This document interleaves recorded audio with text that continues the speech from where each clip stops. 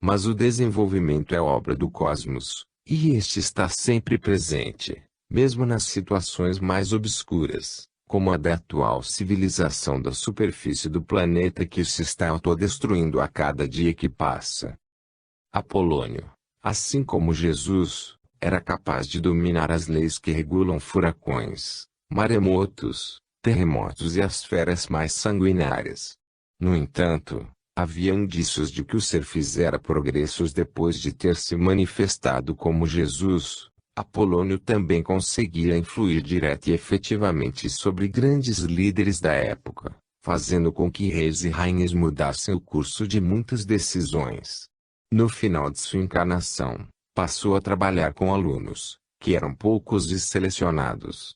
Estavam, porém, libertos da possibilidade de o traírem, diferentemente do que sucedia com os discípulos de Jesus, que o traíram mais de uma vez. Não há intenção, no estado de consciência da nave de Noé, de se criar um novo culto em torno de Apolônio de Tiana. Na verdade, a energia presente em Jesus e em Apolônio, logo em seguida, manifestou-se outras vezes, como se sabe, e de forma mais sutil. Hoje ela é representada por Samana, nome cósmico que designa o seu novo grau vibratório. Samana não caminha mais sobre a Terra fisicamente, ressuscitando os mortos e curando os doentes, porque nele a energia já opera em outro plano, congregando todos os que se autoconvocaram para a vida evolutiva superior. Com ele, o trabalho de energia não apenas se ampliou, passou também a pôr em prática a obra delineada por Jesus, há 2000 anos. Jesus declarou estar conosco até o fim da etapa presente e, na manifestação de Samana, ele, o Noé destes tempos, realmente está. Depois do período passado na nave de Noé, alguns homens serão repostos na superfície da terra, onde encontrarão novas leis e uma supranatureza ainda mais sábia do que a natureza dos dias atuais. Há também os que transmigrarão para diferentes planetas, deste ou de outros sistemas solares. Por exemplo, os seres de evolução mais dinâmica que, eventualmente, também emergem da raça humana terrestre, quando adquirem certo grau de consciência na evolução imaterial. As transmigrações em geral são feitas puramente com a consciência e não com os corpos mais densos, a menos que se dirijam a planetas regidos por leis semelhantes às da Terra, que também desenvolvem uma vida humana em estado físico e de superfície. No passado, foi necessário que a Lua se desprendesse da Terra para ver condições, aqui, de certo desenvolvimento. Agora, será preciso que as forças evolutivas sejam repelidas da órbita planetária, a fim de que um novo desenvolvimento se dê através de leis evolutivas superiores. A expulsão dessas forças não é tarefa do homem e, por isso, na nave de Noé nem há alusão a elas. Caberá ao homem, sim, dissolver a heterogeneidade atual existente entre os povos. Formas humanas, porém relativamente vazias, haviam sido desenvolvidas na Terra nos continentes primitivos. Gradualmente, as almas começaram a vir de planetas vários, uns mais evoluídos, outros menos, passando a ocupá-las. Até a época da Atlântida, essa descida produziu grande variedade de seres que assim constituíram a raça de superfície. As origens das almas eram tão diferentes que resultou em uma humanidade heterogênea, gerando desunião. A psicologia ainda não é capaz de detectar a origem de uma alma e, para isso, dificilmente consegue tratá-la corretamente. Mas essa ciência também está sob a lei da purificação e se transformará, dentro da nave e através dos trabalhos de Noé, num tipo de percepção que ainda desconhecemos. Mudanças no plano físico terrestre também estão sendo organizadas e dentro da nave de Noé os corpos dos homens resgatados são preparados para elas. Assim como hoje o solo e a atmosfera são diferentes dos da época da Atlântida, quando se respirava um ar impregnado de permanente neblina e vapor, as condições climáticas, a pressão atmosférica e a incidência dos raios solares também serão diferentes no futuro. Esse novo habitat colaborará para a sutilização do homem, a água voltará a ser radioativa e curativa, o reino vegetal lhe proporcionará verduras, frutos e cereais cada vez mais refinados. Todas essas circunstâncias facilitarão o crescimento do núcleo de luz que existe em cada célula do seu corpo físico. Assim como a neblina da Era Atlantis se dissipou, a ilusão e o desejo de hoje serão dissolvidos até o ponto de as condições terrestres permitirem o desenvolvimento do espírito, de suas leis e dos seus mais sublimes planos. Os homens que se prepararem na nave de Noé estarão prontos para viver assim como foi anunciado. Procurar crescer no pequeno e diminuir no grande. Assim, quando entrardes numa casa e pedirdes de comer, não vos julgueis dignos de ocupar os lugares principais da mesa, nem vos aproximeis sequer deles, para que não chegue o anfitrião e vos diga: sentai mais abaixo, deixando-vos confundidos. Mas, se vos aproximardes dos lugares humildes da mesa, onde estão os que são menores que vós, o anfitrião vos dirá: colocai-vos mais acima e isso vos será útil. Se no pequeno não fostes fiéis, que vos ocorrerá no que é grande? Samani e outros Noés. Na nave de Noé aprende-se a ver passado, presente e futuro num só quadro. Assim, descrevem-se longos ciclos da história numa síntese, sendo quase impossível para a mente adaptada ao mundo tridimensional destacar um do outro. Essa grande nave será comandada por Samana, também conhecido, cosmicamente, por Sananda. No período em que se apresentou à humanidade com o nome de Jesus, esse ser declarou, ao passar pela terra, que estaria conosco até o último dia, quando então viria buscar o seu rebanho. A nave desse Noé destina-se ao resgate que se espera para este final de ciclo. Ficarão de fora os cães e os feiticeiros, os que se prostituem, os homicidas, os idólatras, e quem quer que ame e cometa a mentira. Essas palavras, ouvidas no início da era cristã na ilha de Patmos, ressoam nos dias de hoje. Bem-aventurado aquele que lê e o que ouve as palavras desta profecia e guarda as coisas que nela estão escritas, porque o tempo está próximo. Eis que vem com as nuvens, e todo olho o verá, até mesmo dos que o transpassaram. Porque, como nos dias do dilúvio, comiam e bebiam e se casavam, até que Noé entrou na arca. E não souberam de nada até que o dilúvio os arrastou. E assim será a vinda do Filho do Homem. Como nos dias de Ló serão, quando comiam e bebiam, e comerciavam e plantavam e edificavam até que Ló saiu de Sodoma. E então choveu fogo do céu. Aqueles que estiverem na Judéia fujam para os montes, aqueles que estiverem na rua não entrem em casa, aqueles que estiverem no campo não voltem para buscar suas roupas. Lembre-se da mulher de Ló. Haverá diferentes formas de resgate. Alguns indivíduos caminharão até pontos específicos que serão indicados com antecedência ou pouco antes do acontecimento. Outros serão buscados onde estiverem. Dado que a nave de Noé tem proporções imensas e não poderia aproximar-se da superfície da Terra, permanecerá nas camadas mais elevadas da atmosfera. Toda a operação será feita pelas naves menores, que dela descerão.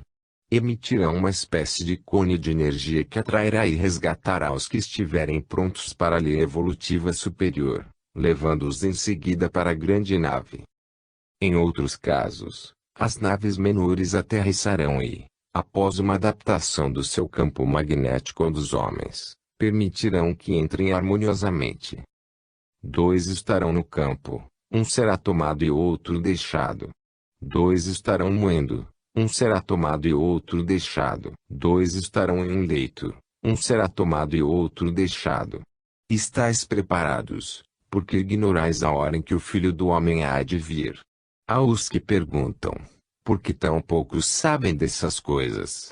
Eis a voz de Noé, quando a vós falo, a todos falo. Bem-aventurado o que está em seu dever quando chegar o Senhor. Na nave, os corpos astral e mental dos homens resgatados passarão por uma harmonização e, depois, serão sintetizados, tornando-se como se fossem um só, não passarão por desintegrações. Por isso, já se disse, o que vencer não receberá o dano da segunda morte, referindo-se à morte astral dos homens comuns, daqueles que não ingressarão na nave. Dar-te-ei a coroa da vida. Eu sei as tuas obras, eis que diante de ti pus uma porta aberta, e ninguém a pode fechar. Na nave de Noé, sabe-se que essa porta aberta é o consciente direito, a possibilidade de o homem ter o conhecimento direto, de receber todas as indicações de que necessita em sua evolução. Eis que estou à porta, e bato. Se alguém ouvir a minha voz, e abrir a porta, entrarei em sua casa, e com ele cearei, e ele comigo. Isso não é só uma promessa, mas um estado de união perene a ser reconhecido, uma presença a ser percebida mesmo antes de os acontecimentos esperados tornarem-se visíveis. Eis que venho sem demora. Portanto, aos que perguntam quando isso acontecerá, pode-se responder que já está ocorrendo, e que pode ser percebido se os sentidos físicos não forem os únicos a serem usados. Mas o mau homem dirá em seu coração: meu senhor tarda. E pegará seus servos e comerá e beberá com os ébrios, e o Senhor virá quando ele não espera.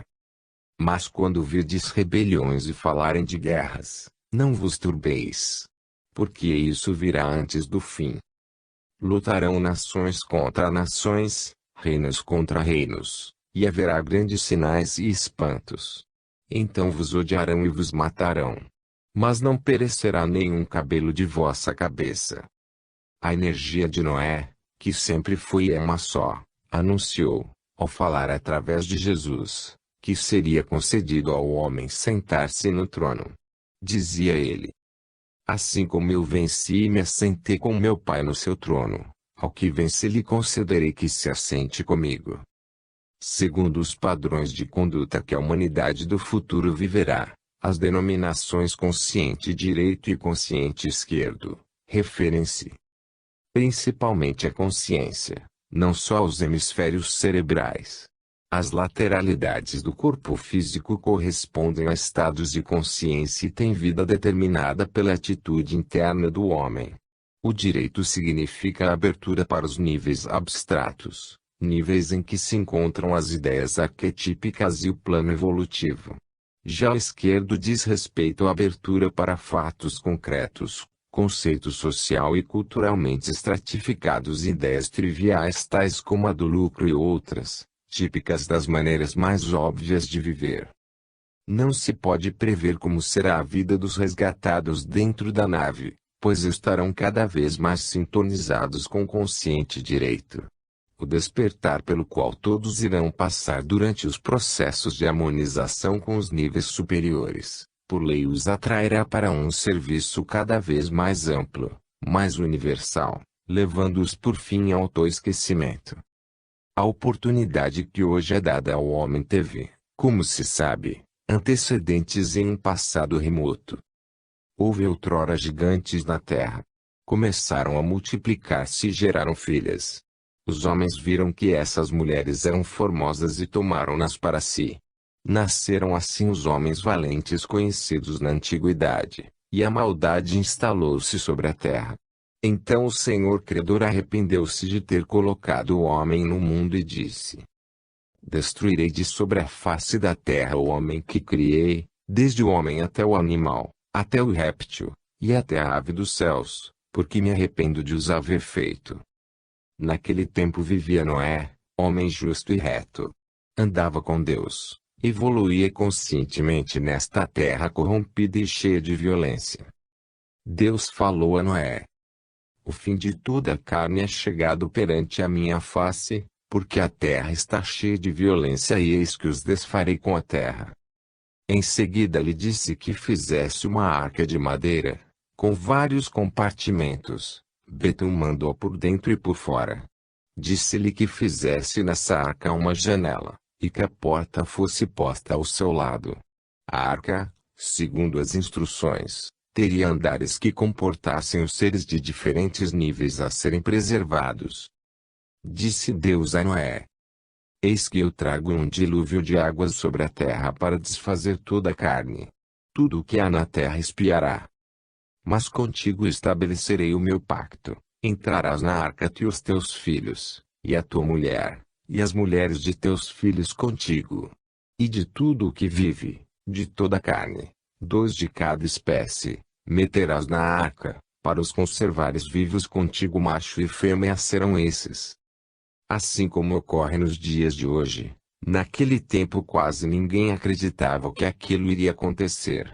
Mas Deus continuava a falar a Noé. 2 de cada espécie virão a ti, para os conservares em vida. E tu toma para ti de toda a comida que se come, e ajunta para ti, e te será para mantimento para ti e para eles. Assim fez Noé, conforme Deus lhe mandou. Então foi-lhe dito que entrasse na arca, dado que o momento havia chegado. E Noé entrou com seus filhos e sua mulher e as mulheres de seus filhos na arca, por causa das águas do dilúvio. De toda a carne onde havia espírito e vida, entraram de 2 em 2 na arca de Noé. E o Senhor fechou-a por fora. E no mês segundo, no 17º dia do mês, romperam-se todas as fontes do grande abismo e as janelas do céu se abriram. E houve chuva sobre a terra 40 dias e 40 noites, para que fosse desfeito tudo o que antes fora criado. As águas do dilúvio cresceram, levantaram a arca, e todos os altos montes que havia sob o céu foram cobertos. Toda a carne que ficara fora da arca expirou, tanto de ave como de gado e de feras, de répteis que se arrastam e de homens de consciência adormecida. Assim foi desfeita toda a substância que havia na face da terra, restando apenas Noé e os que com ele estavam. Durante 150 dias, as águas cobriram a terra, até que Deus soprou um vento e as fez diminuir.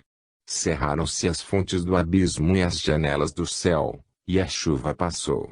As águas foram minguando e a arca repousou, no 7º mês, sobre as montanhas de Ararat. As águas baixaram até o 10º mês, quando reapareceram os cumes dos montes. Noé abriu a janela e soltou um corvo, que saiu, indo e voltando, sem encontrar a terra seca. Soltou depois uma pomba, a ver se as águas tinham minguado. A pomba tampouco encontrou onde pousar, porque as águas ainda estavam sobre a face da terra. Voltou a Noé, que então a tomou nas mãos e recolocou-a na arca. Noé esperou mais 7 dias, e tornou a soltar a pomba. Dessa vez ela voltou quando já era de tarde, e trazia no bico o ramo de oliveira com folhas verdes. Noé entendeu que uma nova etapa havia chegado. Aguardou ainda outros 7 dias, soltou novamente a pomba, que não mais retornou.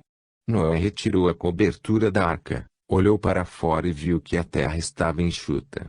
Deus então lhe disse: Sai da arca, tu e a tua mulher, e teus filhos e as mulheres dos teus filhos contigo. Todo animal que está contigo, de toda a carne, de ave, e de gado, e de todo réptil que rasteja sobre a terra atrás e fora contigo, e povoem abundantemente a terra, e frutifiquem. E continuou a falar-lhe, dizendo-lhe o que hoje bem precisamos ouvir. Não tornarei mais a amaldiçoar a terra por causa do homem, porque a imaginação do coração do homem é má desde a sua meninice. E abençoou Noé e seus filhos, dizendo-lhes que desenvolvessem e multiplicassem seus dons e potenciais. Tudo que se move, que é vivente, prosseguiu, será para vosso mantimento, tudo vos tenho dado como a erva verde. A carne, porém, com sua vida, isto é, com seu sangue, não comereis. Com o tempo, essas diretrizes foram esquecidas. Mas, naquela época, Deus acentuou: quem derramar o sangue do homem, pelo homem o seu sangue será derramado, porque Deus fez o homem conforme a sua imagem. Houve muitos Noés, não só este. Na Bíblia, eles são citados, mas não é explicado se se trata de um mesmo ou de outros. Também hoje há vários Noés. O maior de todos anunciou, há milênios, que estaria conosco até o fim dos tempos. E onde se encontraria ele agora? em algum ponto geográfico, em algum local no plano físico.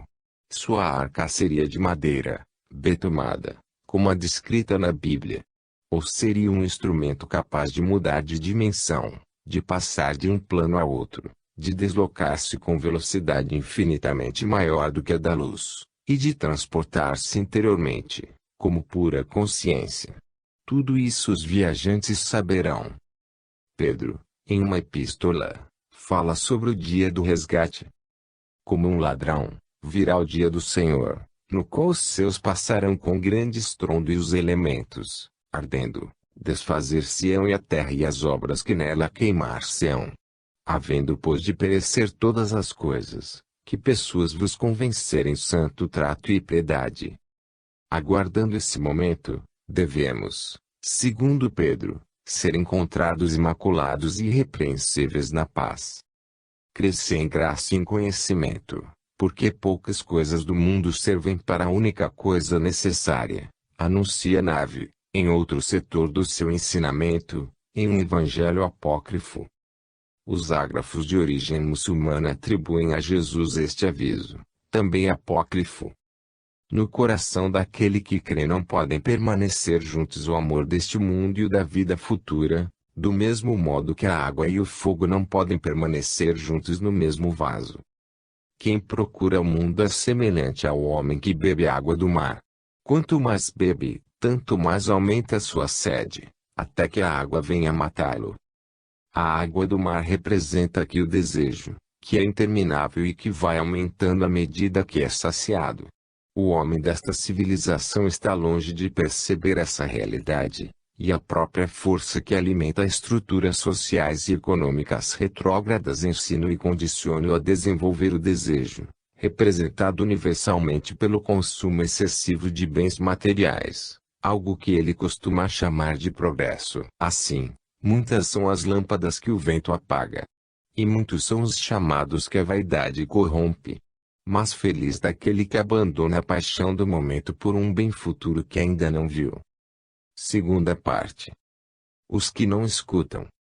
No passado aconteceu como hoje, quase ninguém acreditava no que estava por vir.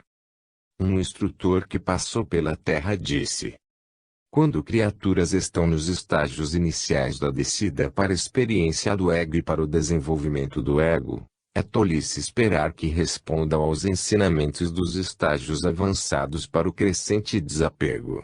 O primeiro grupo, natural e inevitavelmente, tem pontos de vista, tendências, ideias, crenças, inclinações e desejos diferentes daqueles do segundo grupo, e até opostos a eles.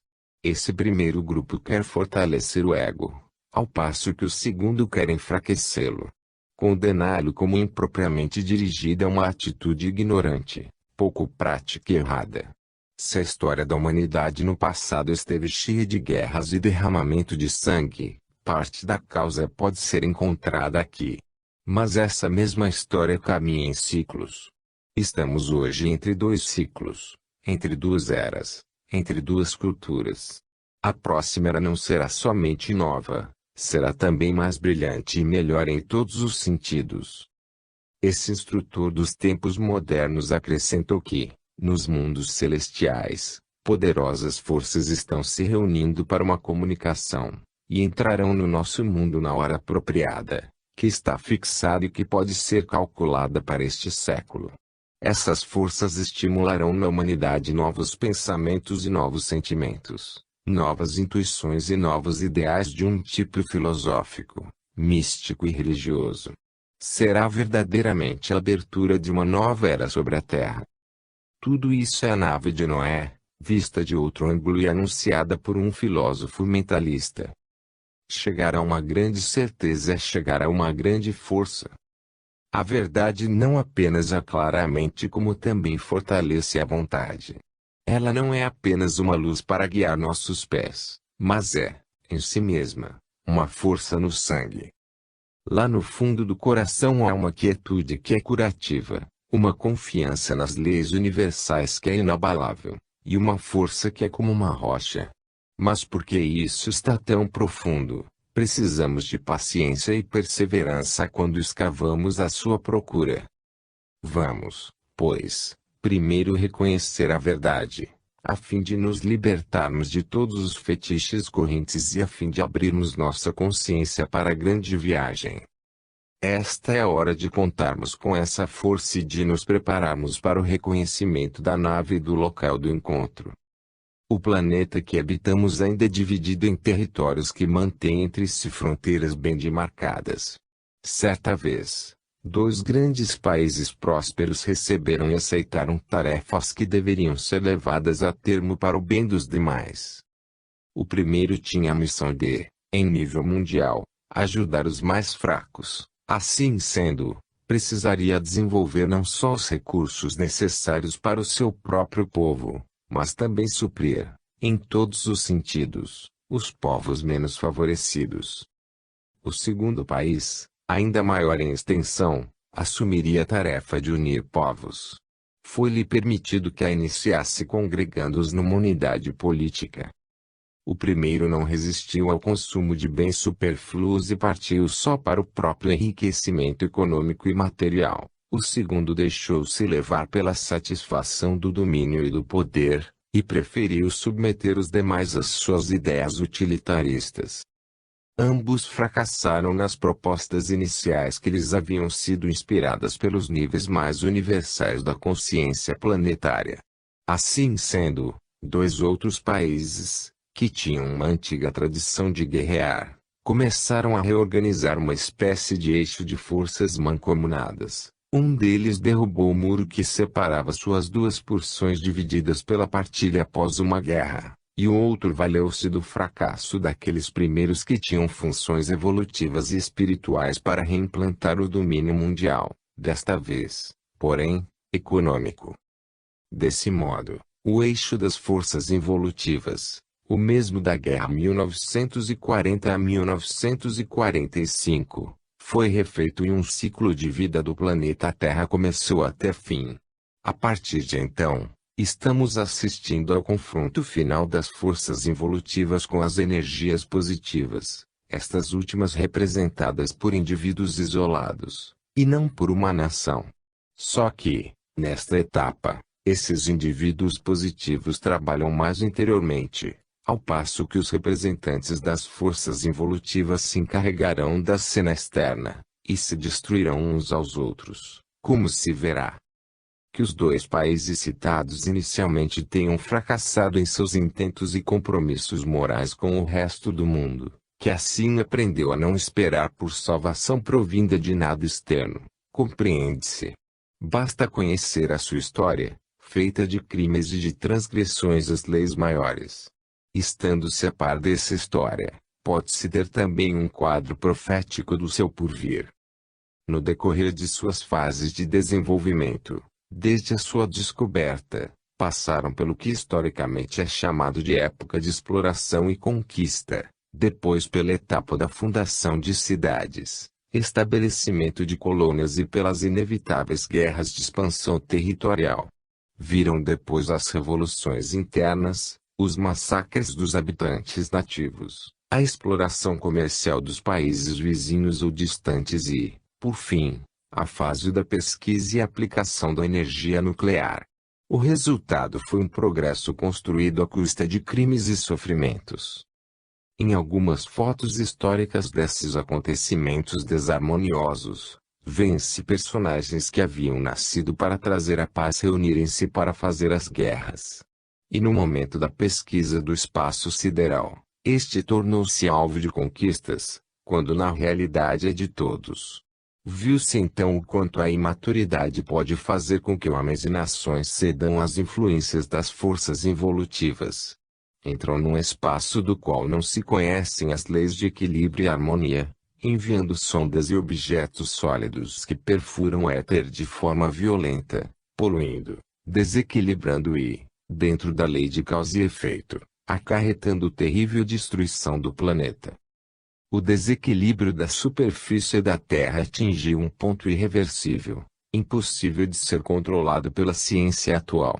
Enquanto a base do universo é o equilíbrio, que garante aos planetas e demais astros permanecerem em harmonia sem se colidir no espaço, o homem depreda, explora e consome os recursos naturais.